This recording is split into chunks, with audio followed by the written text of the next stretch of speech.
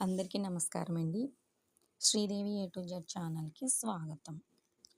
మనం ఈ వీడియోలో తెలుగు వ్యాకరణం గురించి నేర్చుకుందాం. ఇప్పటి నుండి కూడా వరుసగా క్లాసుల వైజ్గా మనం తెలుగు వ్యాకరణం నేర్చుకుందాం. ఇప్పుడు మొదటి క్లాసులో ఏం చెప్పుకుంటామంటే అసలు వ్యాకరణం అంటే ఏమిటి, తెలుగు భాష వ్యాకరణానికి సంబంధించి తెలుగు భాష ఏ విధంగా ఆవిర్భవించింది అనే దాని గురించి మనం నేర్చుకుందాం. ముందుగా వ్యాకరణం అంటే ఏమిటి? వ్యాకరణం కొన్ని సంజ్ఞల సమూహం అన్నమాట.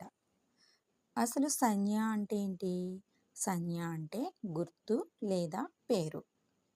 వ్యాకరణ శాస్త్రాన్ని రచించడానికి ముందు ఆ శాస్త్రకారులు తాము ముందు చెప్పబోయే వాటికి శాస్త్రం అంతా వర్తించే విధంగా కొన్నింటికి కొన్ని పేర్లు పెట్టుకుంటారు. కొన్నింటిని సందర్భానుసారంగా మళ్ళీ చెప్పుకుంటూ శాస్త్రాన్ని నడుపుతారు. ఏ శాస్త్రానికైనా ఈ సాంకేతిక నామాలు ఉంటాయి. అయితే వ్యాకరణంలో పారిభాషిక పదాలు అంటే ఏంటంటే పరితః భాష్యంతే ఇది పరిభాషాః. పరిభాషలు అనగా లోకమున తరచుగా వ్యవహరించబడినవి అన్నమాట అని వీటిని పారిభాషిక పదాలు అని పిలుస్తారు.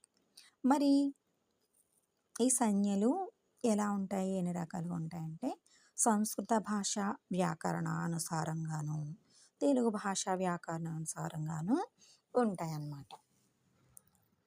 తరువాత భాష. అసలు భాష అంటే ఏమిటి? భాష అనునది భాషించడం. భాషించడం అంటే మాట్లాడడం. మనుషులు తమ మనసుల్లో పుడుతున్న భావాలను బయటకి వెలిబుచ్చడానికి గాను చేసే అర్థవంతమైన శబ్ద సమూహాన్ని లేదా సముదాయాన్ని భాష అంటారు. భాష రెండు రూపాలుగా ఉంటుంది. అది ఒకటి వాగ్ రూపంలోనూ, రెండు లిఖిత రూపంలోనూ ఉంటుంది. ముందు భాష అనేది కనిపెట్టక ముందు ఎలా చేసేవారు? వాళ్ళ యొక్క భావాల్ని ఏ విధంగా వ్యక్తపరుచుకునేవారంటే సైగల ద్వారా లేదా శబ్దాల ద్వారా అలా చెప్పుకునేవారు. అలా శబ్దాల ద్వారా భాష ఏర్పడి అభివృద్ధి చెందిందనమాట. అక్షరాలు మాటలుగా, మాటలు వాక్యాలుగా, వాక్యాలు మహావాక్యాలుగా ఏర్పడి గ్రంథాలు ఏర్పడతాయి.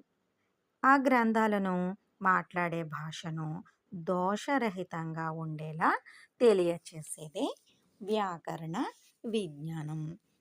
మనకి వ్యాకరణం అవసరం ఎందుకంటే భాషని దోషరహితంగా అంటే దోషాలు లేకుండా ఉండేలా తెలియచేసేదే వ్యాకరణ విజ్ఞానం.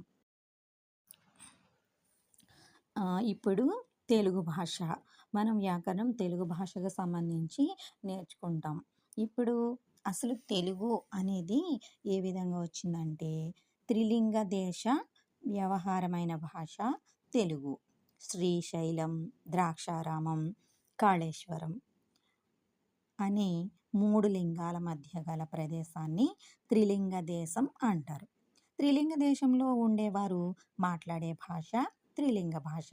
ఇదే అనేక రూపాంతరాలు చెంది వీటికే తెలుగు అని పేరు వచ్చిందనమాట. తెనుగు అనేది దీని పర్యాయపదం. తెలుగు యొక్క పర్యాయపదం తెనుగు. తేనె వలె తీయనైనది, ఇటాలియన్ ఆఫ్ ది ఈస్ట్ అని ఈ భాష పేరు పడింది. తెలుగు భాషకు అక్షరాలు 56. తెలుగు భాష ముఖ్యంగా సంస్కృత ప్రాకృతాల అక్షరాలతో ఏర్పడిన మిశ్ర భాష. ఆంధ్ర తెనుగు అని అసలు స్వచ్ఛమైన తెలుగు ఉంది. దానికంటూ కొన్ని అక్షరాలు మాత్రమే ఉన్నాయి. ఈ అచ్చ తెనుగు భాష సామాన్యులకు, కొందరు భాషా పండితులకు కూడా పూర్తిగా అర్థం కాదు. అయినా ఇందులోనూ పూర్వం కావ్యాలు ఉన్నాయి. పూర్తిగా భాష అనేది ఏర్పడకుండా కొంచెం భాష ఏర్పడినప్పుడు కూడా అందులో గ్రంథాలు ఉన్నాయంట, కావ్యాలు రాయబడినాయి అన్నమాట. రెండవదిగా సంస్కృతము. మనం సంస్కృతం గురించి ఎందుకు తెలుసుకోవాలంటే, అసలు భాషలనేవి అన్ని భాషలు కూడా సంస్కృతం నుండే ఉద్భవించినవని చెప్తారనమాట. భాషలన్నిట్లికి తల్లి భాష సంస్కృతం. అయితే సంస్కృత భాష గురించి తెలుసుకుందాం ఇప్పుడు. దీనిని దేవభాష అంటారంట. అనాదిగా ఇది భారతదేశంలో ఉంది. తల్లి సంస్కృతంబు ఎల్ల భాషలకును అని అంటారు. అంటే ఏ భాషకైనా సరే తల్లి భాష సంస్కృతం అంట. ప్రాకృతం సంస్కరింపబడి సంస్కృతం అయిందని కొందరంటారు. ఈ సంస్కృత భా బ్రా ఈ సంస్కృత భాషకు అక్షరాలు 50. అయితే అవి అక్షరాలు అనేవి ఇందులో అక్షరాదులు, అచ్చులు, కళారాదులు, హల్లులు. అచ్చులు, హల్లులు విభాగం ప్రాకృతంలో కూడా ఇలాగే ఉంటుందంట. నెక్స్ట్ వన్ ఏంటంటే ప్రాకృతం. అసలు ఆ భాష ఏ ఏ విధంగా డెవలప్ అయిందని చెప్పుకున్నాం కదా. నెక్స్ట్ వన్ ప్రాకృత. సంస్కృత భాష నుండి భ్రష్టు పట్టినది ప్రాకృతం అని అంటారంట. ప్రకృతి భావం ప్రాకృతం అనుకుంటే ప్రాకృతంలో నుండి సంస్కరింపబడినది సంస్కృతం అని కొందరు అంటారు. ఈ ప్రాకృత భాషలు 14 రకాలుగా ఉన్నాయంటారు. ప్రాకృతం, మాగధి, పైశాచి మొదలగునవి. సంస్కృతం నాగర భాష అయితే ప్రాకృతం జానపద భాష అని కొందరి ఊహ. ఈ ప్రాకృతానికి కూడా అక్షరాలు 40 ఉంటాయంట. తరువాత అచ్చ తెనుగు. అచ్చ తెనుగు భాష గురించి తెలుసుకుందాం. తెలుగు భాషకు అక్షరాలు 36. సంస్కృత అక్షరాలు ఆ మాటలు చేరకుండా ఉన్న భాషను అచ్చ తెనుగు భాష అంటారు. అంటే మామూలుగా తెలుగు భాష ఒక్కటే, తెలుగు అక్షరాలు ఒక్కటే ఉంటాయన్నమాట. సంస్కృత అక్షరాలు చేరకుండా ఉన్న భాషని అచ్చ తెనుగు భాష అంటారంట. యయాతి చరిత్ర వంటి గ్రంథాలు అచ్చ తెనుగులో ఉన్నాయి.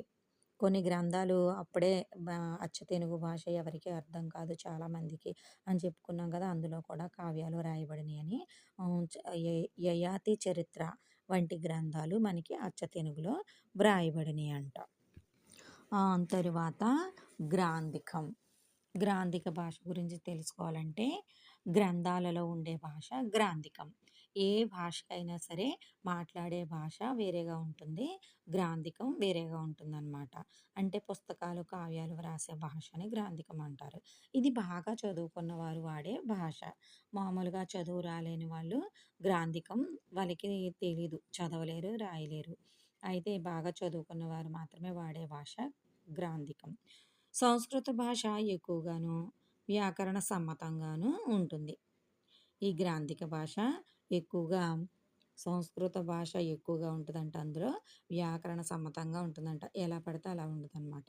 రామాయణ, భారత, భాగవతాది గ్రంథాలలోనూ కావ్యాలలోనూ ఈ భాష వాడబడేది. ఇప్పుడు ఇది గ్రంథాల్లో మాత్రమే ఉంటుంది. తరువాత వ్యావహారికం. జనం సామాన్యంగా వాడుకునే భాషని వ్యావహారిక భాష అంటారు. ఒక మాదిరి చదువుకున్న వాళ్ళ వద్ద నుండి బాగా చదువుకున్న వాళ్ళ దాకా వాడుకునేది వ్యావహారికం. అయితే ఈ వ్యావహారికం శిష్ట వ్యావహారికం అని, సామాన్య వ్యావహారికం అని 2 రకాలుగా ఉంటుంది. బాగా చదువుకున్న వాళ్ళు వాడేది శిష్ట వ్యావహారికం, ఏమీ చదువుకోకుండా మాట్లాడేది సామాన్య వ్యావహారికం. ఆ పాత్రంబు కడుంగుడు మలినాత్మకంబై యొప్పుచున్నయది గ్రాంధికం. ఆ పాత్ర బాగా మలినమైనది శిష్ట వ్యావహారికం.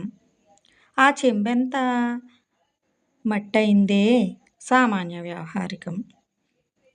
మనం మన వ్యాకరణ విజ్ఞానంలో లక్షణాలు తప్పించి మిగిలినదంతా సామాన్య వ్యావహారికంగానూ కాక శిష్ట వ్యావహారికంగానూ కాక మధ్య మార్గంలో చదువుకుంటున్నాం. దీన్ని వ్యావహారికం అంటారు. అందరికీ అర్థమయ్యేది. ఇందులో మళ్ళీ ప్రాంతాలను బట్టి మాండలికాలు ఉంటాయి. తరువాత చెప్పుకునేది ప్రామాణికం. వ్యాకరణం అన్ని విధాలుగా ఒప్పుకునే భాష ప్రామాణిక భాష. ఇది ఉత్తమ గ్రాంధిక భాష.